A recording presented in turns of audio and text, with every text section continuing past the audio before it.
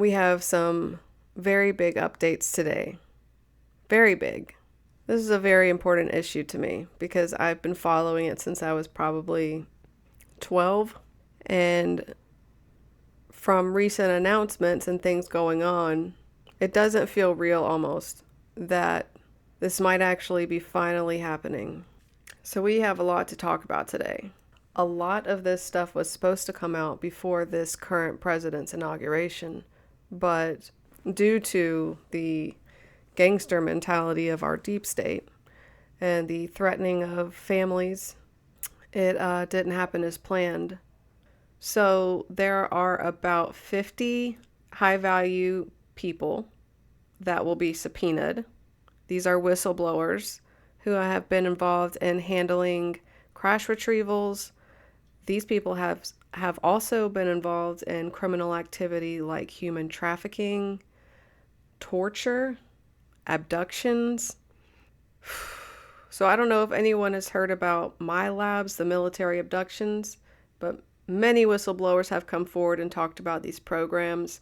So a lot of the alien abductions that you hear people talking about, many of these people are not aware that these alien abductions are actually false and they're created for psychological warfare purposes. But there are places that create biological life forms that can be part machine, part biologic. There are some DUMBs, some deep underground military bases where they do this. Human experimentation. So all of this information has been handed over to key members of the House Oversight, the Senate Intelligence, as well as law enforcement. So they have all this information, they have the names, and to Dr. Greer's knowledge, the Senate Intelligence has no plans to hold any kind of a hearing on this. The task force at the House is, however. So Dr. Greer gave a recent briefing for disclosure. He said that we will be seeing some major changes on this planet within the next 6 to 24 months. He said the good news is that this is all probably going to come out, but the bad news is that this is all being spun in such a way to create a totalitarian military superstate. So he stated they have a great group of people on this investigation, Green Berets, Special Forces, and they're also working with law enforcement. So about 80% of the UAPs that you see in the sky are actually ours. They're not extraterrestrial. So the Disclosure Project has over 750 military and government contract whistleblowers on the UAP NHI non-human intelligence issue. They have identified over 150 black sites around the world. Sadly, the largest concentration is in the United States. Now, this has all been handed out to law enforcement, Congress, and the White House. If you look at these maps, some markers are incidental facilities. So if an event happened or a craft went down, they had to build a type of underground skiff. But regardless of a base there or what have you, at these markers, there's some kind of an asset there. A massive update on the Boogosphere. If you haven't seen anything about the Boogosphere prior to this video, please go watch my previous videos. They did a carbon dating analysis from the resin, and it dates back to, it is 12,560 years old. So that's about 3 times older than the pyramids, and it puts you at the end of the last ice age. And they didn't go into a lot of detail when they discussed this, but they said that the spheres were being activated as some kind of a warning. These things have been dormant for over 12,000 years, and now all of a sudden these things are activated. So there's one sphere that's in possession of humankind, and the others have just been seen flying around. There is a large magnetic field disturbance over parts of South America, the Southern Atlantic, and Africa that scientists have been tracking, and it's an anomaly of the magnetic field of the Earth. They believe that this is related to the boogospheres because they seem to be under some kind of program sensor activation. So you have to ask yourself, why were they activated? And what activated them? You know, these things are dormant for over 12,000 years and suddenly they all start activating at the same time.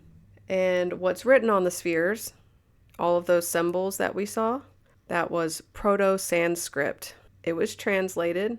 The translation may not be 100% accurate, but according to Dr. Greer and the experts that translated it, it basically talks about a primitive world and a great event of some kind happened, like a big disaster of some sort, and then some kind of contact or intervention happened with multidimensional extraterrestrial type beings. And now they say we're at a time, since these spheres were activated, that whatever it is about to happen again. That the Earth is in some kind of cycle.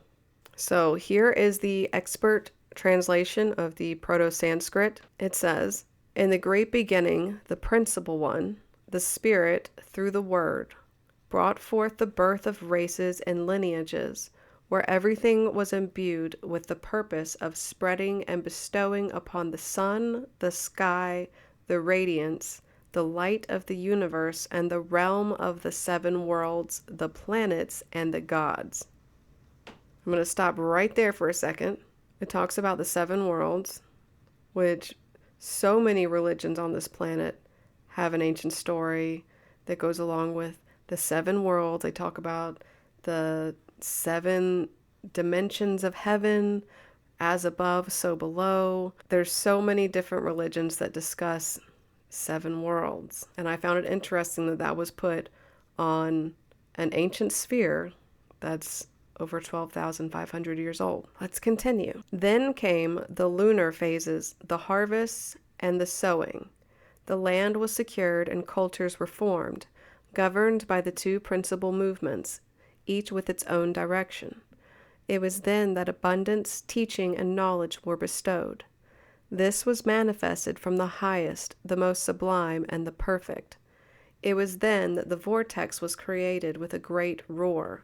Likewise, the wheel of time, the astronomical wheel, was created, manifesting in the cycles of the earth. Afterward, the absolute and highest draws nearer for the manifestation of good and the generation of virtues, respect for the sacred, surrender to truth, and the expression of spiritual strength and heroism through harmony and perfect synchronicity.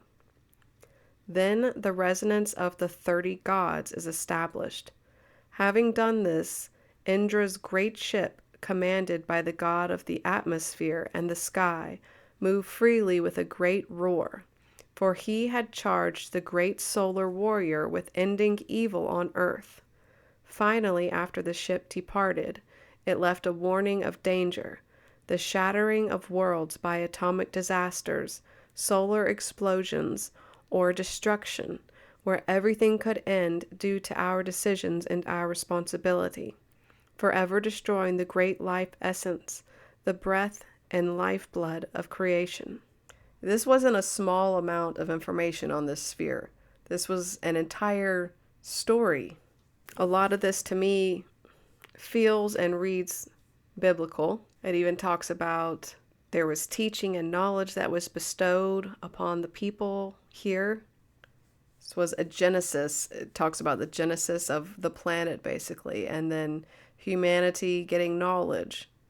It kind of takes you back to Enki and Enlil and the Anunnaki. If anybody has any insights on what they feel this is talking about, please comment. If anyone can find any ancient texts regarding anything that was translated upon this boogosphere, please let me know.